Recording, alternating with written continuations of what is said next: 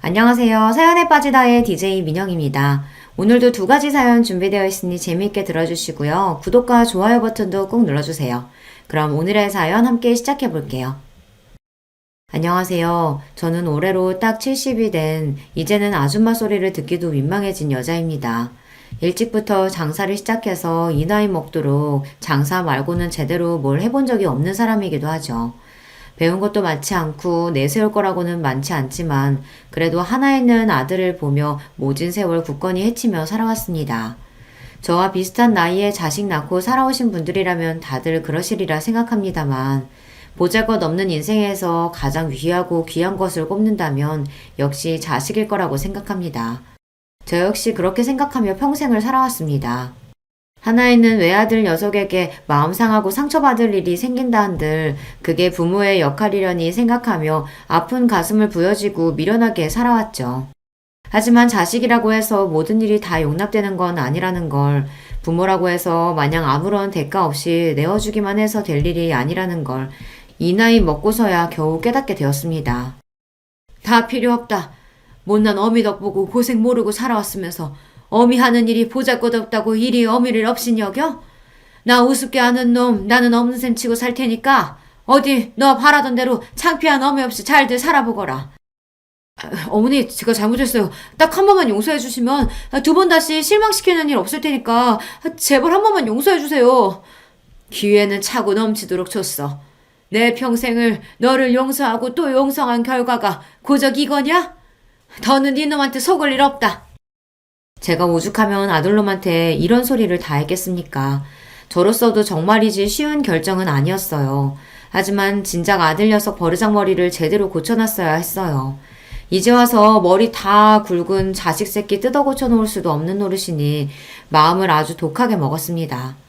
상처 중에 가장 아픈 상처가 믿었던 자식 새끼한테 받은 상처가 아닐까 싶습니다. 저렇게 아들놈 내치고 나서 저라고 어떻게 괜찮을 수 있었겠어요. 한동안 허하고 쓰린 마음을 달랠 길이 없어 적잖이 마음고생을 해야만 했습니다. 여러분들 사연을 들려주는 이 채널의 존재를 알지 못했더라면 아마 저는 더 오랜 시간 혼자 끙끙 가슴앓이를 해야 했을 거예요. 그 생각만 하면 얼굴도 이름도 모르는 여러분들께 참으로 감사한 마음 그뿐입니다. 제 속마음 털어놓을 곳으로 이 채널을 선택한 것 역시 그런 감사한 마음에서 비롯된 것이라고 할 수 있겠죠. 도대체 무슨 일로 하나이는 피부치한테까지 저리 매정하게 돌아선 건지 지금부터 제 사연을 들려드리고자 합니다. 저는 형제 많은 집안의 셋째 딸로 태어났습니다. 세간에서는 얼굴도 안 보고 데려간다는 귀한 셋째 딸이라고들 하지만 실상 저는 그리 귀하게 자란 편은 못 됩니다. 위로는 많은 동생들 건사한다고 항상 날이 서 있던 언니 오빠가 있었고 제 밑으로도 줄줄이 동생이 셋이나 되었으니까요. 중간에 낀 제 신세는 늘 어정쩡하게 짝이 없었습니다. 그렇다고 제 목 야무지게 잘 찾아먹는 야무진 성격도 못 되어서 그 많은 식구들 속에서도 항상 소외감을 느끼며 자랐던 것 같습니다. 공부를 잘했다고 한들 빠듯한 집안 형편에 맞이도 아니고 중간에 낀 저한테까지 기회가 주어졌을 것 같지 않습니다만 어차피 공부에도 별 소질은 없었어요. 그러니 애초에 제게 주어진 선택지는 그리 많지 않았습니다. 고등학교를 졸업하자마자 곧장 시집을 가거나 공장에 취업해서 집안 살림에 보탬이 되거나 둘 중 하나였죠. 그나마 고등학교라도 끝까지 다니게 해준 것만으로도 감지덕지해야 할 판이었어요. 하지만 어린 나이에 덜컥 시집을 가는 것도 무섭더라고요. 그리 크게 형제지간의 정을 느끼지 못하며 자란 형제 자매들에게 저 한 몸 희생해가며 뒷바라지에 인생을 허배하고 싶지도 않았습니다. 그래서 고등학교를 졸업하자마자 친구 따라 타지로 나가 곧장 취업을 했습니다. 일부러 숙식 제공까지 가능한 기숙사형 공장에 들어가서 처음 한 해는 죽어라고 일만 해서 돈을 모았습니다. 고작 고등학교 졸업하고 아무것도 할 줄 모르는 여자애한테 숙식까지 제공하는데 돈을 뭐 얼마나 줬겠습니까? 기숙사 시설도 열악하기 짝이 없었어요. 겨울에는 난방도 제대로 안 되고 여름에는 푹푹 찌고 말 그대로 그냥 맨바닥이나 다름없는 공장 한 구석에 지붕만 덮어놓은 곳이었어요. 그래도 쥐꼬리만한 월급이나마 악착같이 모아 친구랑 단칸방을 하나 얻어 나와 살게 되니 조금은 숨통이 트였습니다. 둘이 발 뻗으면 남을 공간은 없는 곳이었지만 태어나서 이렇게 적은 인원이랑 방을 써보는 것도 집을 나와서가 처음이었어요. 항상 형제들 몸에 켜켜이 쌓여 발디딜 틈도 없는 곳에서 잠을 잤으니 항상 제대로 자지 못해서 한낮에도 꾸벅꾸벅 졸기 일쑤였죠. 그럴 때마다 밤에 안 자고 뭐 했냐고 구박받기가 일쑤였고요. 비록 초라한 공간이었지만 어린 날 꿈을 꾸기에는 충분한 공간이었어요. 남편을 처음 만난 것도 바로 그 즈음이었습니다. 남편도 본가에서 나와 인근 공장에서 일을 하던 사람이었어요. 친구통에 처음 만난 자리에서 수더분하고 꾸밈 없는 차림에도 눈빛이 맑았던 게 인상이 남아있습니다. 그 사람도 저처럼 형제 많은 집안에서 넷째 아들로 자라나면서 부모 관심 제대로 못 받고 가난 속에서 항상 마음이 허기져 있던 사람이었습니다. 그 사람 얘기를 들을 때마다 꼭 제 마음속을 끄집어낸 것 같아 뜨끔할 때가 많았어요. 식구는 많았지만 정작 의지할 만한 사람은 아무도 없었다는 것조차 저와 그대로 닮아있던 사람이었습니다. 머지않아 그 사람과의 사이는 아주 가까워지게 되었죠. 인주 씨나 저나 하늘 아래 마음 둘 것 없는 사람들끼리 지금이라도 서로 의지해서 살다 보면 그래도 잘하면서 부족했던 것들 조금씩은 채워줄 수 있지 않겠어요? 다른 건 몰라도 절대 혼자 남겨졌다는 생각 들지 않도록 노력할 테니까 인주 씨도 제게 그런 사람이 되어주셨으면 좋겠습니다. 투박한 청혼이었지만 그보다 더 진실한 말도 없다고 생각했습니다. 그때 이미 제 뱃속에 저희의 아들인 정우가 들어있었습니다. 없는 형편에 다른 사람 하듯이 결혼식은 언감생심 꿈도 꾸지 못했고 그나마 가진 옷 중 가장 깔끔한 옷을 입고 사진관에 가서 기념사진 한 장 박는 것으로 결혼식을 대신했습니다. 집 나온 이후 거의 을절하다시피 한 각자의 본가에는 구두로 결혼 소식만을 전했습니다. 다른 자식들 건사하느라 여전히 삶이 팍팍한 양가 부모님들이 저희를 따로 찾을 일은 그 후에도 없었습니다. 비록 반지하 단칸방에서 꾸린 신혼집이라고 하기에도 민망한 신혼살림이었습니다만 그럼에도 행복했습니다. 가진 것은 없어도 서로 줄 수 있는 가장 좋은 것을 서로에게 아끼지 않는 저희였어요. 마음이 오가는 것이 일이 따뜻한 일이라는 것도 남편 덕에 알게 되었어요. 나날이 부풀어 오르는 제 배 때문에 더는 공장 일을 나갈 수 없어 없는 살림이 더욱 빠듯해졌지만 부족하면 아끼고 모자라면 욕심 줄여가며 소박하게 지냈습니다. 그렇게 저희 두 사람이 서로 의지하며 신혼을 보내던 중 기다리던 아이가 태어났습니다. 바르게 커달라는 부모의 바람을 담아 정우라는 이름을 붙여주었어요. 아이가 뱃속에 있을 때도 그랬지만 아이가 태어나고 나니 느껴지는 책임감의 무게가 남달랐습니다. 저희 부부 모두 많은 형제들 사이에서 무관심 속에 방치되는 상처를 경험해 보았기 때문에 처음부터 자식을 많이 낳고 싶은 생각은 없었습니다. 저희가 저희 능력에서 감당할 수 있을 만큼만 낳아서 줄 수 있는 사랑을 다 쏟고 싶었어요. 아직 가난하기 이를 데 없는 저희였기에 형편이 덮이지 않는 이상 정우는 저희의 유일한 자식이 될 터였습니다. 그만큼 더욱 소중한 아이였어요.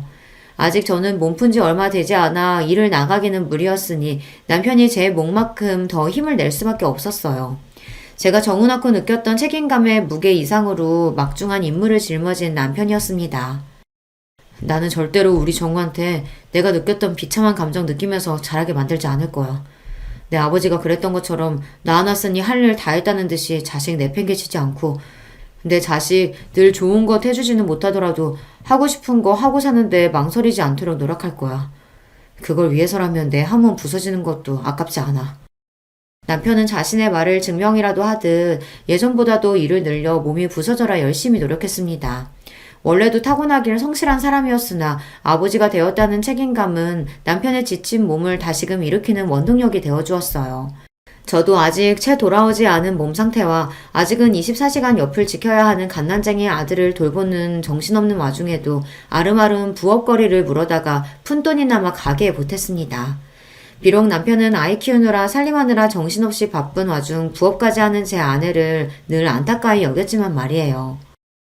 내가 부족해서 아직 몸조리도 제대로 못한 당신 이런 일까지 하게 만드네. 앞으로 고생 안 하게 해주겠다고 해놓고 도리어 더 고생시키는 것만 같아 미안해. 무슨 그런 말을 해요. 나도 하고 싶어서 하는 거야. 밖에서 하루 종일 제대로 앉을 틈도 없이 일하는 당신에 비하면 집에서 편하게 소일거리나 하는 내가 고생은 무슨 고생이야. 나 하나도 고생스러운 거 없으니까 미안하단 소리 하지 말아요. 남편은 안쓰럽게 바라보긴 했지만 그건 꼭 남편 미안해하지 말라고 한 소리만은 아니었어요. 어차피 친정에서 자랄 때도 어느 정도 제 몸 가눌 수 있게 자란 이후부터는 항상 할 일이 끊이질 않았고, 그런 집에서 도망치듯 나와 공장 일을 할 때도 환경은 여전히 열악하기 짝이 없었으니까요. 부끄러운 마음에 제대로 표현해 본 적은 없지만 결혼해 남편과 아이와 함께 살고 있는 그 단칸방 신혼집이 제 생애 가장 안락한 공간이었습니다. 물론 아이 자라고 나서까지 지낼 수 있는 곳은 아니라고 생각하긴 했습니다만 제 주제에는 충분히 차고 넘치는 곳이라고 생각했어요. 아이 태어나고 남편이 밤낮 없이 추가 근무와 주말 근무를 가리지 않고 닥치는 대로 일한 덕분에 아이가 걸음마를 시작할 무렵에는 저희 부부도 드디어 반지하 생활을 벗어나 지상급으로 보금자리를 옮길 수 있게 되었습니다. 여전히 좁고 허름한 공간이긴 했지만 벼들어오는 곳에 기대어 꾸벅꾸벅 조는 아이를 바라보는 마음은 행복한 감정으로 충만했습니다. 노력한 대로 결과가 돌아오는 보상받는 느낌이라는 게 얼마나 큰 성취감을 가져다 주는지도 새로이 배우게 되었죠.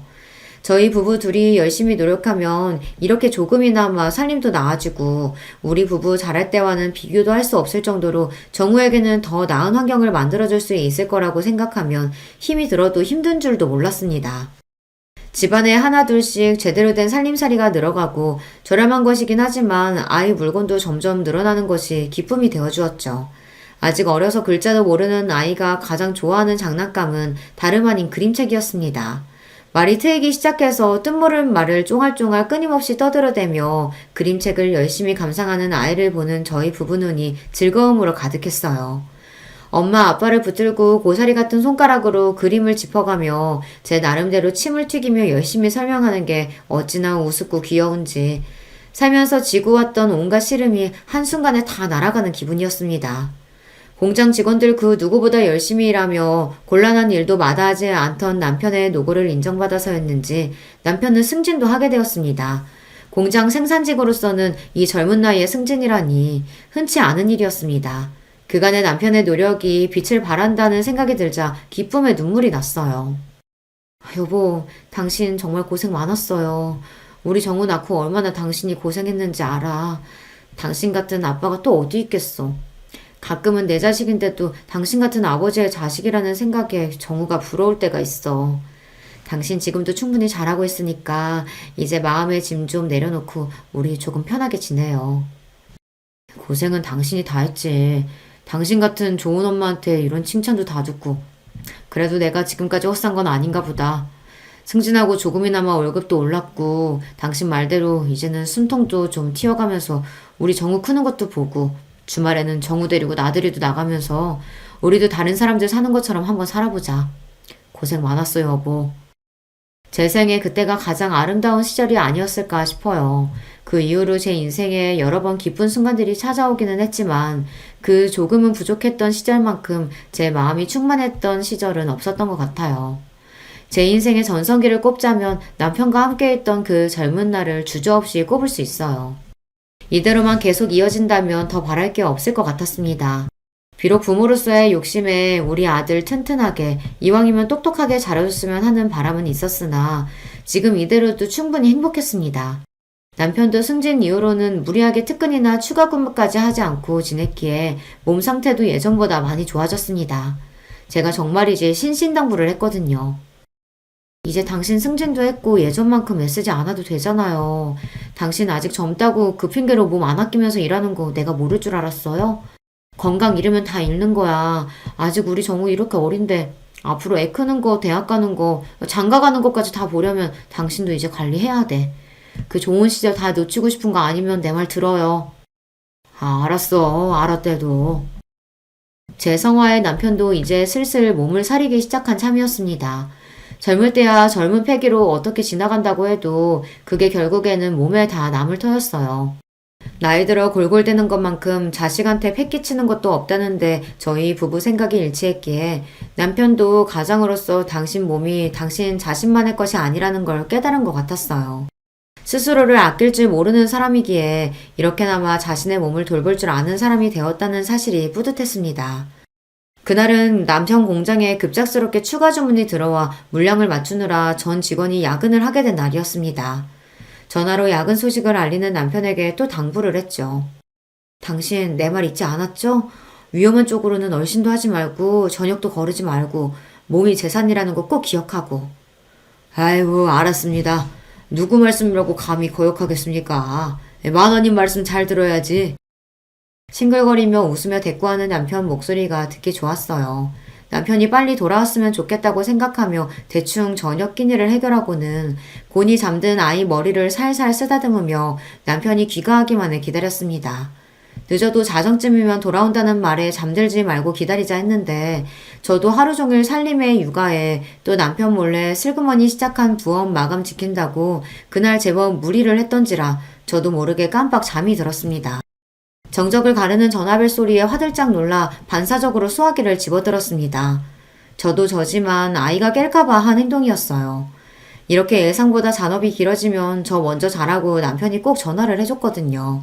당연히 남편 목소리가 들려올 줄 알았는데 전화를 건 사람은 남편이 아니었습니다. 재수씨, 지금 빨리 병원으로 오세요. 김주임 지금 병원에 실려가고 있어. 전화를 건 사람은 남편의 상사였습니다. 앞뒤 포차 다 떼고 다짜고짜 남편이 병원으로 실려가고 있다는 말에 이미 잠은 싹 달아난 뒤였습니다. 그게 대체 무슨 말이에요? 그 사람이 왜요? 어디를 얼마나 다쳤길래? 그게 공장에 사고가 나는 바람에 지금 이럴 시간 없어요. 일단 빨리 와요. 와서 설명할게. 영문도 모르고 남편이 다쳤다는 말에 저도 모르게 손이 벌벌 떨렸습니다. 그 와중에도 어린아이 혼자 두고 갈 수 없어 아이를 들쳐매고 뛰어나왔어요. 단잠을 자다가 갑자기 방해를 당한 정우가 찡얼거리며 투정을 했지만 아예 달랠 정신도 없었습니다. 간신히 정신을 차리고 늦은 시간에 잘 잡히지도 않는 택시를 겨우 잡아타고 인근 대학병원으로 향하는 내내 너무 긴장해서 손끝이 핏기가 싹 가셔 하얗게 얼어붙는 듯 했어요. 그렇게 영원히 끝나지 않을 것만 같은 초조한 시간이 지나고 병원 응급실에 도착했습니다. 들어가니 안은 아수라장이었습니다. 다친 게 남편 한 사람이 아닌 모양이었어요. 남편과 똑같은 공장 유니폼을 입고 피칠갑을 해서 고통에 몸부리치는 장정들의 비명소리가 마치 제 사지를 찢는 기분이었습니다. 이 응급실 어디에선가 내 남편도 저런 꼴이 되어 있을 거라고 생각하니 온몸에 경련이 이는 기분이었습니다. 뭘 알아서 그런 건 아니겠지만 아수라장 같은 응급실 상황에 아이도 적잖게 놀란 모양인지 빽빽 울어대기 시작했어요. 이윽 후 제 남편을 발견한 순간 저는 그만 그 자리에서 까무러칠 뻔했습니다. 재수씨, 지금 이러고 있을 때가 아니야. 얼른 수술동에서 써야 한대. 당장 수술 안 들어가면 위험하다고. 내 남편이 왜 저래요? 왜 저렇게 됐어요? 온몸에 피칠갑이 된 남편은 이미 오른손 한쪽이 없었습니다. 공장 기계 오류로 직원 몸이 끼이는 걸 보고 놀라 달려간 남편이 급히 직원 몸을 빼내어 겨우 목숨은 건졌으나 그러면서 그대로 오른손이 기계에 끼어버렸다는 남편 상사의 설명을 듣는 내내 정신이 나갈 것처럼 뒤통수가 극도의 스트레스로 뜨거워졌습니다. 이미 흘린 피의 양이 상당했어요. 벌벌 떨리는 손으로 수술 동의서를 쓰는 와중에 출혈이 너무 많아 결과를 장담할 수 없다는 의료진의 설명을 들었습니다. 선생님, 제발 살려주세요. 우리 남편 좀 제발 살려주세요. 급히 수술실로 향하는 남편의 남은 왼손을 벌벌 떨며 간신히 부여잡았습니다. 이미 모든 생명의 신호가 빠져나간 듯 얼음장이 된 손에 소스라치게 놀라면서도 단 1초라도 그 손을 더 잡으려고 안간힘을 썼습니다. 그 손을 놓치면 당장이라도 남편이 제가 따라갈 수 없는 먼 곳으로 저랑 정우만 두고 떠나버릴 것 같았어요.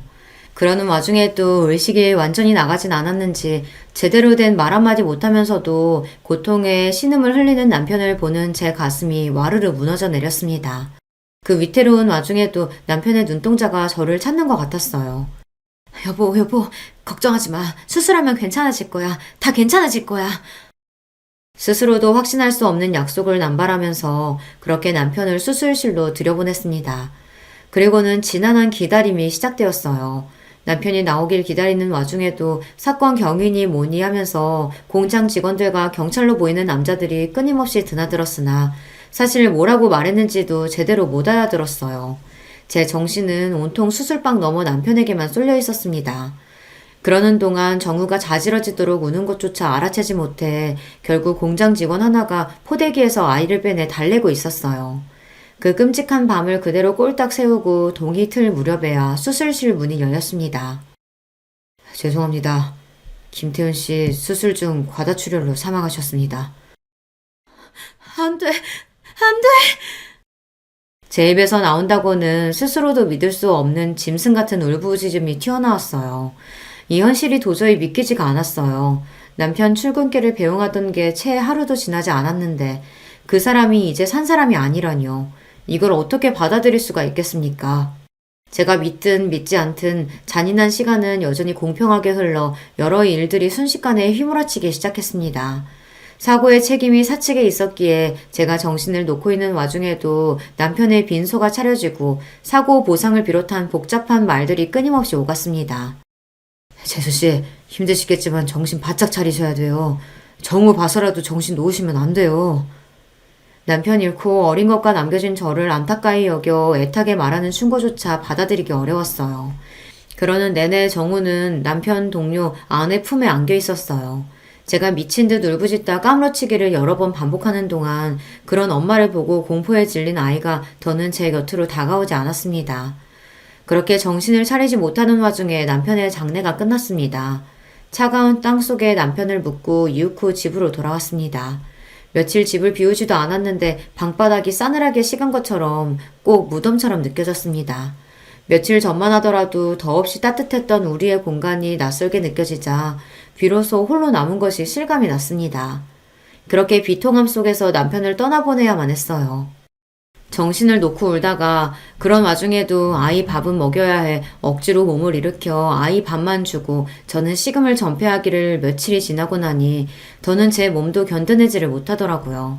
결국 정신을 놓은 제 발치에서 아이가 세상이 떠나가라 울기 시작했습니다. 그제야 간신히 정신을 차렸습니다. 아이 아빠 잃은 지 얼마나 지났다고 저까지 잃게 만들 수는 없었어요. 정우야 미안해. 엄마가 잘못했어. 엄마가 잘못했어, 정우야. 그렇게 아이를 끌어안고 애가 끊어질 듯 펑펑 울면서 우리 정우 보란듯이 번듯하게 키워 장성하기 전까지 다시는 아이 앞에서 울지 않으리라 다짐했습니다. 양가 인연 끊긴 지 오래인 마당에 아이가 의지할 곳이라고는 이제 오로지 저 하나뿐이었어요. 무슨 짓이든 해서 이 아이 제대로 키워내는 것만이 제 삶의 원동력이었습니다. 사고로 간 남편 앞으로 남겨진 약간의 보상금 외에 제게 남은 것이 별로 없었습니다. 지금 살고 있는 집도 자가가 아니었고 알뜰하게 모은 남편 월급이 떨어지면 당장 먹고 살 길이 막막할 판이었어요. 그렇다고 저 어린 거 집에 놓고 마냥 일자로 구하러 다닐 수도 없었습니다. 아이 낳으면서 공장도 그만둔 지 오래니 다시 돌아갈 직장이 있는 것도 아니었습니다. 그날부터 주먹밥을 빚어다 아이를 들쳐업고는 새벽에 무작정 인근 터미널로 향했습니다. 허가받고 장사하는 것도 아니니 터미널 관계자한테 쫓겨나기도 부지기수였습니다. 하지만 오늘 하루 벌지 않으면 앞으로의 생활을 장담할 수 없었어요. 쫓겨나도 다시 몰래 들어가고 또 다시 몰래 들어가고 악착같이 주먹밥을 다 팔 때까지 자리를 떠나지 않았어요. 그렇게 얼마간 주먹밥 장사를 하다 보니 버스 기사분들 중에서도 슬슬 단골 손님이 생겨나기 시작했습니다. 젊은 세대기 손맛이 참 야무지네. 여기 이렇게 아름아름 장사하는 분들 여러 계신데 세댁 주먹밥이 제일 맛있어. 제 딱한 사정을 알고 안타까워하시는 분들도 계셨어요. 온 손이나마 녹이라고 따뜻한 음료를 건네주시기도 하셨습니다. 이른 시간에 아이까지 들쳐업고 고생스러워서 어째요. 이거라도 좀 마셔요, 애기 엄마. 여느 때처럼 정우를 얻고 장사를 하고 있는데 어떤 아주머니 한 분이 제 곁으로 오셔서는 말을 거셨어요. 젊은 아기 엄마가 솜씨가 제법이네. 내가 이 인근에서 김밥집을 하는데 사람이 말도 없이 갑자기 출근을 안 해서 요새 여간 고역이 아니야. 그래도 여기서 장사하는 것보다야 수입이야 환경이나 훨씬 나을 텐데 어때? 나 따라가 볼래요? 망설일 이유가 없었습니다. 곧장 아주머니를 따라갔더니 터미널 근처에 김밥집이었어요. 말이 김밥집이지 식사하시고 가시는 손님도 제법 있어 안쪽에는 식사 준비하시는 이모님들도 계셨어요. 저를 즉석에서 데려가신 아주머니는 그 김밥집 사장님이셨어요. 주방 아주머니들은 다 찾고 애기 엄마는 여기서 계속 김밥만 말아주면 돼요. 할 수 있죠? 그럼요, 잘할 수 있어요. 그렇게 아이 들쳐업고 정신없이 김밥을 싸기 시작했어요. 터미널 근처라 그런지 이른 시간부터 손님이 끊임없이 들이닥쳤습니다. 홀에서 식사하시는 분들도 간간히 계셨으나 다들 바쁜 시간에 차 안에서 끼니를 해결하는 분들이 많아 김밥이 정말 많이 나갔습니다. 신들린 듯이 김밥을 싸다 사장님 부르시는 소리에 겨우 눈만 들어 사장님을 쳐다보았어요. 어머, 내 정신 좀 봐. 아직도 애기를 들쳐업고 있어. 아니, 이러다 몸살 나, 애기 엄마.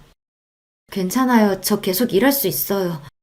아니, 내가 뭐라고 하려는 게 아니라 저쪽에 애들끼리 놀고 있으니까 좀 맡겨두라고, 응? 혹시나 아이 딸렸다고 겨우 얻은 일감 뺏길까봐 방어적으로 구는 제가 안쓰러우셨는지 안쪽 구석방으로 아이를 데려가시는 사장님이셨어요. 이 시간에 일어나 나오는 여자들 사정이 다 거기서 거기였는지 방 안에는 저희 정우보다는 조금 자란 아이들 여럿이 이미 모여 저들끼리 놀고 있었습니다. 이 일자리 꼭 얻어내야 한다는 생각에 힘든 줄도 몰랐던 몸에 그제야 긴장이 풀렸는지 피로가 확 몰려왔습니다. 그렇게 그날 하루에만 김밥을 300줄은 좋게 싼 것 같아요. 보다시피 우리 집은 김밥 손님이 대부분이야. 그래서 애기 엄마처럼 손 빠르고 야무진 사람이 제일 필요해. 오늘 일하는 거 보니까 걱정할 필요 없겠네. 내일부터 여기로 출근해요. 아이 맡길 곳 없으면 마땅한 곳 찾을 때까지 당분간 아이 데리고 와도 괜찮아. 감사합니다. 정말 감사합니다, 사장님. 그렇게 생각지도 못했던 김밥 장사를 시작하게 되었어요. 제가 그래도 요리는 좀 하는 편이거든요. 김밥이나 주먹밥 정도는 별로 어려울 것도 없었습니다. 쉬는 날에 근처 유치원에 거의 사정사정해서 아이 맡길 곳도 간신히 찾았습니다. 지금이랑은 다르게 결혼하고 일하는 여자들이 드무니 어린이집 같은 건 있지도 않을 때였어요. 우리 정우는 유치원에 들어가기 아직 1살 어린 날이었으나 제 사정이 워낙 딱하니 그냥 지나치기가 힘드셨던 모양이에요. 돌이켜 생각해보면 그렇게 주위 사람들의 도움을 받아 간신히 그 힘든 시절을 지나올 수 있었어요. 모두 참으로 감사한 인연들입니다. 그렇게 스쳐 지나가는 인연일 줄 알았던 김밥집 사장님과는 평생의 인연으로 이어졌습니다. 사장님도 일찍 남편분과 사별하시고 막막하던 차에 김밥 장사로 집안을 일으키셨거든요. 저 또한 그때 이후로 지금까지 김밥으로 먹고 살고 있으니 질긴 인연의 시작인 셈이었죠. 제가 많은 김밥은 우리 정우의 급식비가 되고 학원비가 되고 대학 등록금이 되어 아들이 자립하는 밑거름이 되어 주었습니다. 남들 보기에는 변변치 않은 일일지 모르겠으나 제게는 하나뿐인 아들 녀석 키워준 거나 다름없는 게 바로 김밥이에요. 비록 아이는 자라면서 김밥이라면 아주 지긋지긋하다는 눈을 하고는 했지만 어쩌겠습니까? 아무리 싫어도 제 자식으로 사는 이상 김밥 팔면 번 돈으로 큰 건 부정할 수 없는 사실이니까요. 아이는 공부를 아주 잘했어요. 저처럼 남편 역시 집안 지원이라고는 일체 받을 수 없어 공부를 오래 하지 못했으나 그 사람이 머리는 좋은 편이었거든요. 다행히 내가 아니라 아빠 머리를 물려받은 모양인지 싶어 안도감과 동시에 가슴 한구석이 아릿해졌습니다. 아이에게서 남편의 흔적을 발견할 때마다 그랬어요. 다른 점이 있다면 아무리 몸이 힘들어도 제 앞에서 험한 말 한 번 한 적 없이 늘 다정한 말을 전했던 것과는 달리 아들 녀석은 성격이 제법 날카로운 편이었습니다. 특히나 자존심이 아주 세서 또래 친구들 보기에 창피할 만한 일에는 아주 질색을 했습니다. 김밥 하는 엄마의 존재야말로 그 녀석 기준으로는 절대 친구들에게 보이기 싫은 창피한 것이었던 모양이에요. 쉬는 날 친구들 한번 데려오라는 말에도 절대 응한 적이 없는 아들이었으니까요. 아, 왜 자꾸 친구들 데려오라 그래? 밖에서 놀면 되는데. 그게 아니라 네 친구들 제대로 본 적이 없으니까 궁금하기도 하고 맛있는 것도 해주고 싶어서 그러지. 맨날 김밥집에서 그러고 있으니까 내가 누구랑 어울리는 줄도 모르지? 너무 그러지 마, 아들. 그래도 엄마가 김밥만은 재주나마 있어서 우리 아들 갖고 싶은 거 하고 싶은 거 시켜줄 수 있는 거야. 아, 됐어. 사춘기가 심해질수록 김밥이라면 치를 떠는 아들이었습니다. 어릴 때는 그래도 엄마가 싼 김밥 입에 넣어주면 곧잘 받아먹던 녀석이 언제부턴가는 김밥에는 입도 대질 않더라고요. 다른 사람이 김밥집에서 일하는 저를 무시하는 데에는 조금의 부끄러움도 없이 당당하던 제가 아들 녀석 태도에만큼은 그럴 수가 없더라고요. 제가 가장 소중한 이가 저를 부끄럽게 여긴다는 게 저로서도 너무 창피한 일이었으니까요. 상처받지 않았다고 하면 거짓말일 겁니다. 김밥 싸는 게 뭐가 부끄러운 일이라고 저렇게까지 기겁을 하나 싶으면서도 남편 없이 아들을 키우는 홀어머니로서의 자격지심인 건지 해준 것보다 못해준 것들이 더 가슴에 남아 아들에게 쓴소리 한번 하기가 쉽지가 않더라고요. 그때 마음을 굳게 먹고 아들놈 버릇을 잡았더라면 결과가 좀 달라졌을까요? 비록 내 새끼는 어미 하는 일을 부끄럽게 여기지만 정작 같이 일하는 사람들한테는 제법 인정을 받았습니다. 내가 살면서 먹은 김밥 연결하면 한반도 한 바퀴는 우습게 둘러쌀 텐데 그런데도 자기보다 김밥 맛있게 싸는 사람은 본 적이 없어. 사장님도 참 사람 민망하게 또 그러신다. 어머, 얘는 내가 없는 소리 하는 줄 아나 봐. 진짜라니까? 제 가게 독립을 도와주신 것 역시 사장님이셨어요. 저야 뭐 김밥이나 말 줄 알았지 상권이니 가게 등록이니 하는 건 문외한이나 다름없었습니다. 사장님 안 계셨으면 내 가게 장만은 언감생심 꿈도 못 꿀 일이었어요. 첫 만남부터 지금까지 그분께는 그저 감사하고 또 감사할 따름입니다. 가게 규모는 작았으나 사장님이 특별히 찍어주신 목 좋은 곳에 자리를 잡아 그런지 제 김밥집은 금세 손님들 입소문을 탔습니다. 독립하면서 그동안 구상했던 새로운 김밥 메뉴들도 함께 팔기 시작했거든요. 지금이야 이것저것 재료가 풍부하게 들어간 프리미엄 김밥들이 일반화되었지만 저 가게 시작할 때만 하더라도 김밥은 흔히들 생각하는 기본 김밥이 전부였어요. 거기에 묵은지를 넣은 김밥이나 쌈밥 비슷한 김밥 메뉴를 내서 팔기 시작하니까 인근 여학교 학생들 반응이 아주 좋더라고요. 태어나서 먹어본 김밥 중에 이모김밥이 제일 맛있어요. 어떻게 이런 김밥을 싸실 생각을 다 하셨어요? 신기해요, 진짜. 그래? 맛있어? 우리 딸내미들 많이 먹어. 정작 제 아들한테서도 인정받지 못하는 제 김밥을 추켜 세워주는 학생들 덕에 힘이 나서 더 신나게 장사를 할 수 있었답니다. 그 친구들이야말로 제 김밥집 2호점, 3호점을 탄생시킨 1등 공신들이에요. 지금도 그 시절을 떠올리면 신명나게 김밥을 말던 제가 떠올라 웃음이 나오곤 해요. 김밥 싫어하는 것과는 별개로 공부 욕심도 많고 그만큼 공부를 잘하기도 했던 아들은 제 할 일은 알아서 잘 찾아서 했어요. 일찍부터 법조인으로서의 꿈을 키우던 아들은 재수 끝에 인근 국립대 법대에 합격했고 곧장 변호사 시험을 준비했습니다. 아들, 판사나 검사는 생각 없고 변호사만 하고 싶어? 변호사 돼야 돈을 잘 벌지. 제가 보기에도 아들은 법조인으로서의 사명감보다는 돈 많이 버는 직업 중 가장 번듯해 보이는 직업을 택한 것 같았어요. 그렇다고 의사가 되기에는 심약한 구석이 있는 아이였어요. 징그럽다고 내장 음식도 안 먹는 녀석이었습니다. 엄마 고생하는 것에 비해서는 제법 곱게 자란 편이었죠. 지금 생각해보면 녀석이 그리 곱게 자랄 수 있었던 것도 다 내 덕인데 항상 아들 앞에서는 왜 그렇게까지 주눅이 들어 살았나 몰라요. 제 아버지 그리 일찍 보낸 게 제 잘못도 아닌데 말입니다. 사법고시 준비하면서 안 그래도 예민했던 아들 녀석 신경이 더욱 날카로워졌습니다. 벌써 동기 중에 합격자가 나왔다는 소리를 들으니 어지간히 애가 탔던 모양이에요. 아들, 너무 스트레스 받지 마. 아직 엄마 돈 벌고 있고 네 뒷바라지 하는데 무리 없으니까. 응? 떨어지라고 무슨 고사지네? 하루라도 빨리 아들 합격하길 바라야지. 그게 무슨 소리야. 시험에 대한 부담감을 내려놓으라고 한 말에 발끈하는 아들한테 서운한 마음이었으나 저도 오죽하면 그럴까 싶어 서운함을 애써 꾹꾹 눌렀습니다. 그렇게 쌓인 감정이 저도 모르게 저를 좀먹는 줄도 모르고 그때는 그저 자식을 위해 인내하는 게 능사라고 여겼습니다.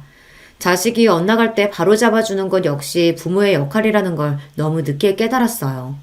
그래서 아들이 드디어 바라고 바라던 변호사가 되었던 날은 기쁨도 기쁨이었지만 안도감을 더 크게 느꼈던 것 같습니다. 이제 저도 숨통 좀 트였으니 녀석 눈치 볼 일이 좀 줄어들지 않을까 싶었던 것 같아요.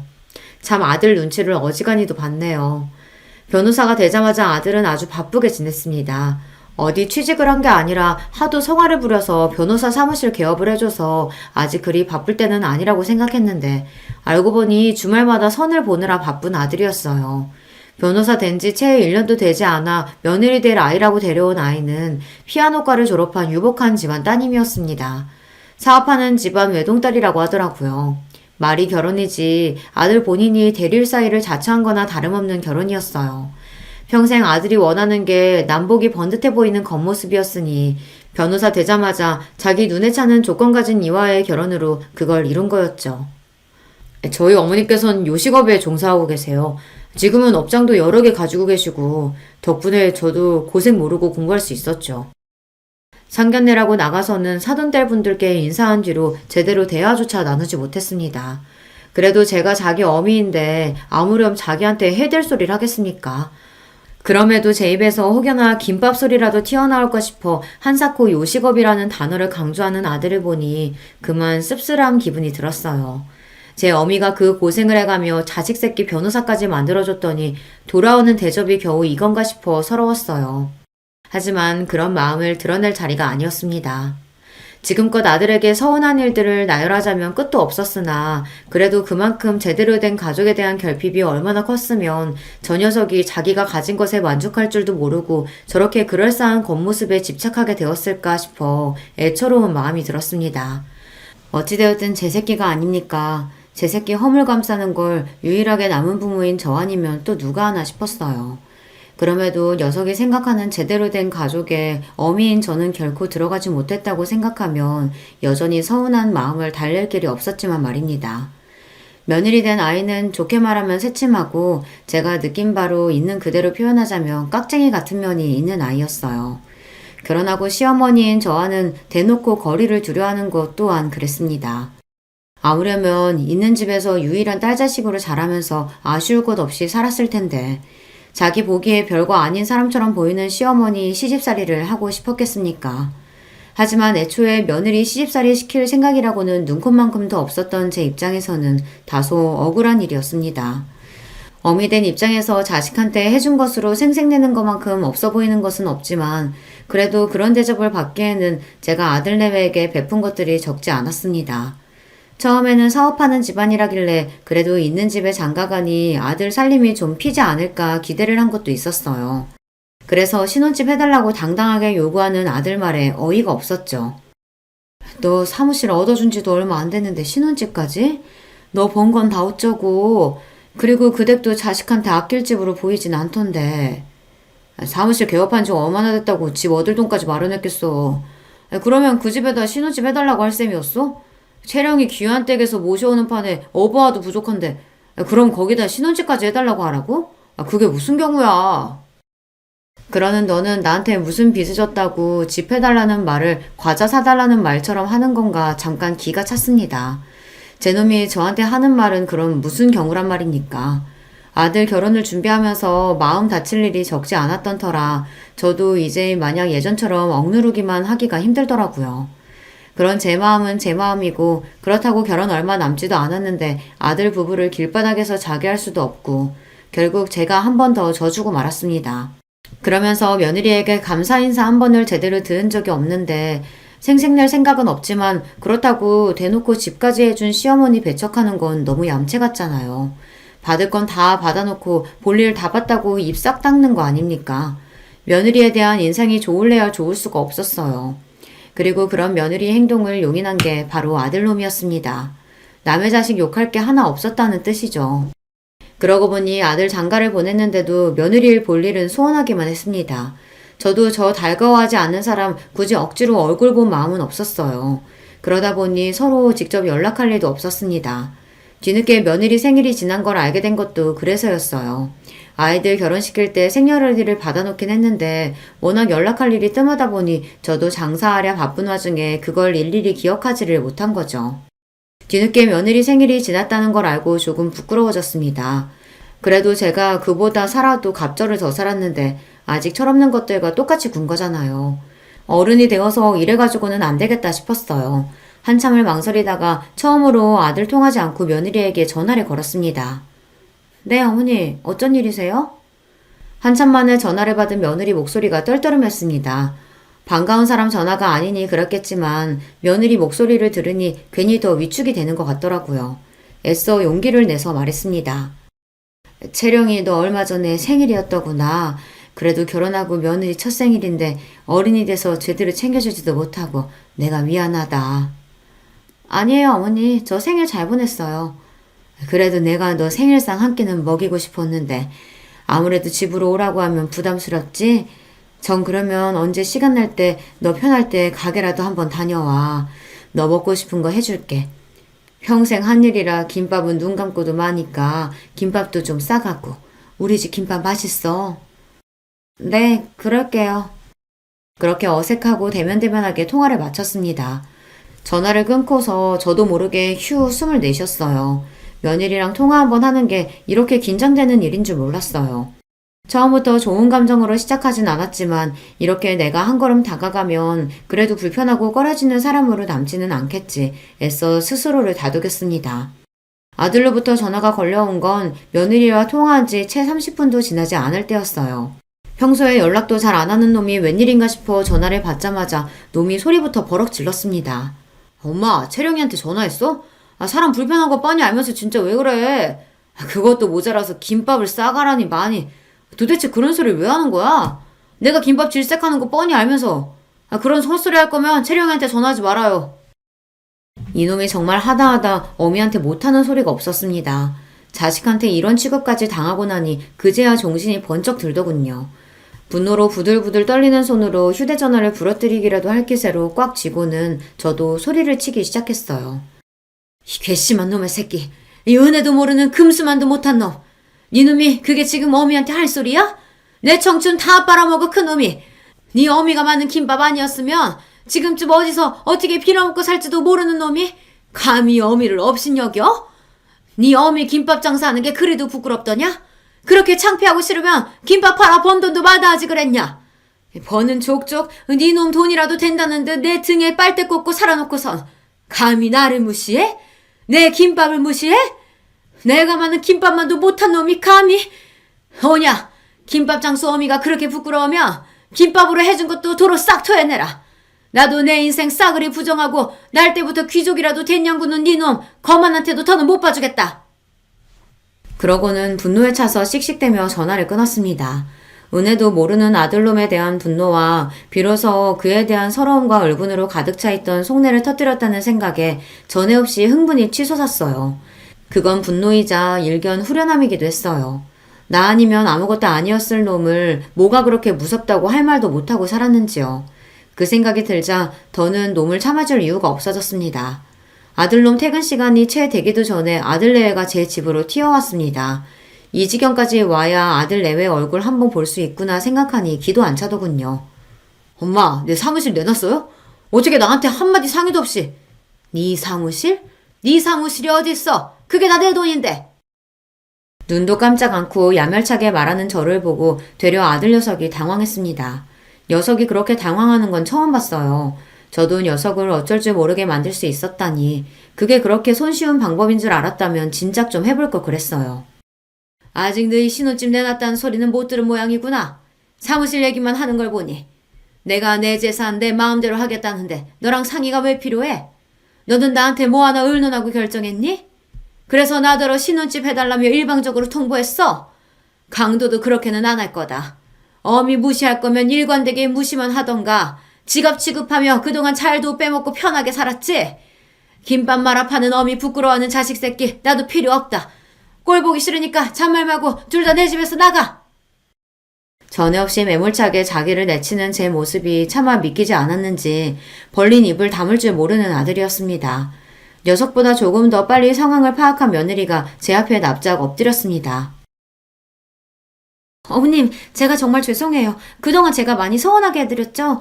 제가 생각이 모자라서 어머님 마음을 미처 헤아리지 못했어요. 잘못했어요. 화 푸세요. 네 탓할 생각 없다. 내 자식 눈꼴이 저 모양인데 남의 자식한테 입댈 생각 없어. 다만 내 재산 내가 알아서 하겠다는 것뿐이니 나한테 이리 빌어봤자 소용없다. 제 아내까지 내치는 꼴을 보고서야 사태의 심각성을 깨달았는지 아들놈이 제 다리에 매달렸습니다. 엄마, 제가 엄마가 부끄러워서 그런 게 아니라. 아니긴 뭐가 아니야.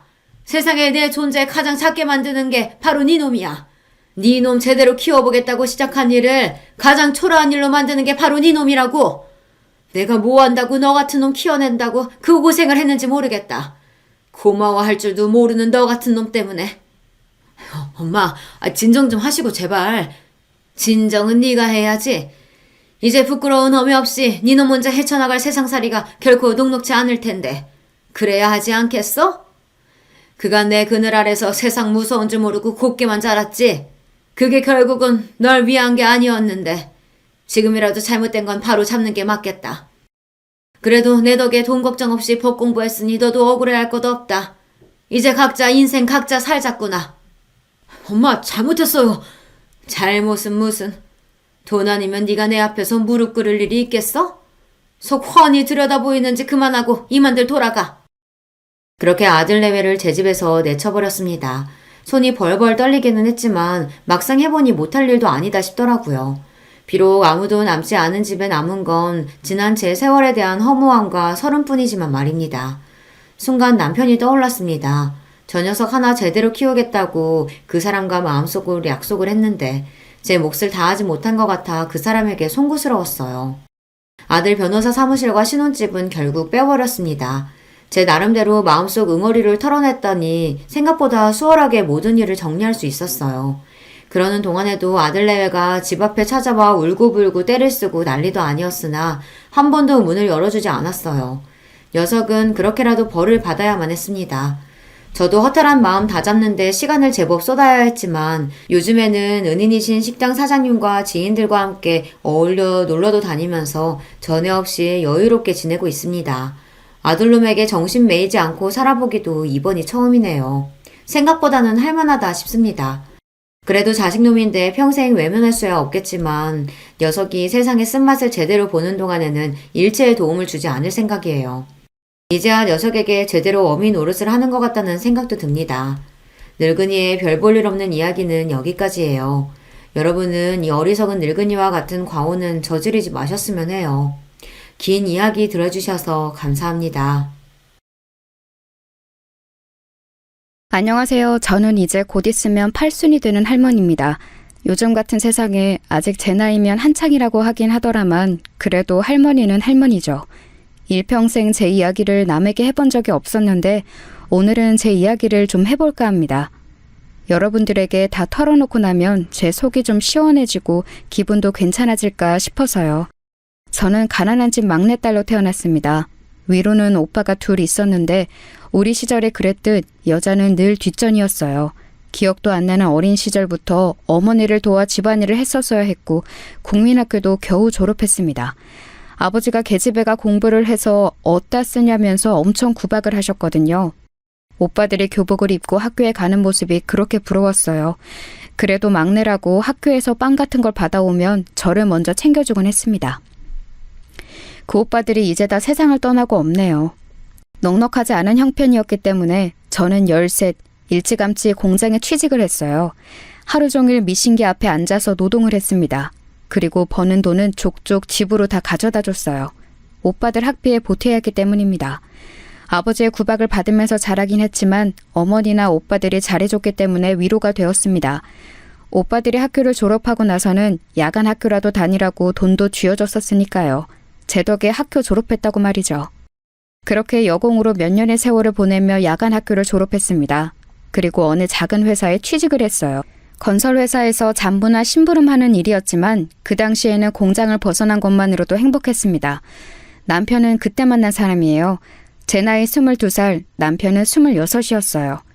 양쪽 부모님은 궁합도 안 보는 나이 차이라며 호들갑을 떨어대셨어요. 남편 집에서는 당시에는 어린 나이가 아니었던 남편을 빨리 보내고 싶어하는 마음이었고 저희 집은 딸아이 빨리 치워버리자는 마음이었겠죠. 특히 아버지 말입니다.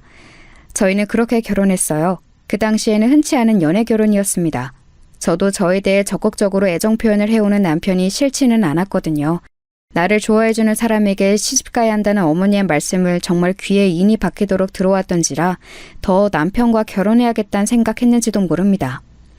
순조로웠던 결혼까지의 과정과는 달리 결혼하고 나서는 고달픈 일들이 많았어요. 일단 시집살이가 엄청났습니다. 시어머니는 보통 유별난 분이 아니셨거든요. 특히 아들에 엄청 집착하셨는데 제가 결혼하고 1년 넘게 임신이 되지 않자 정말 유난을 부리셨어요. 지금 같으면 뭐 1년 가지고 23 어린 여자에게 뭔 문제가 있어서 좀 기다려보자 하겠지만 그때는 또 시대가 시대였지 않습니까?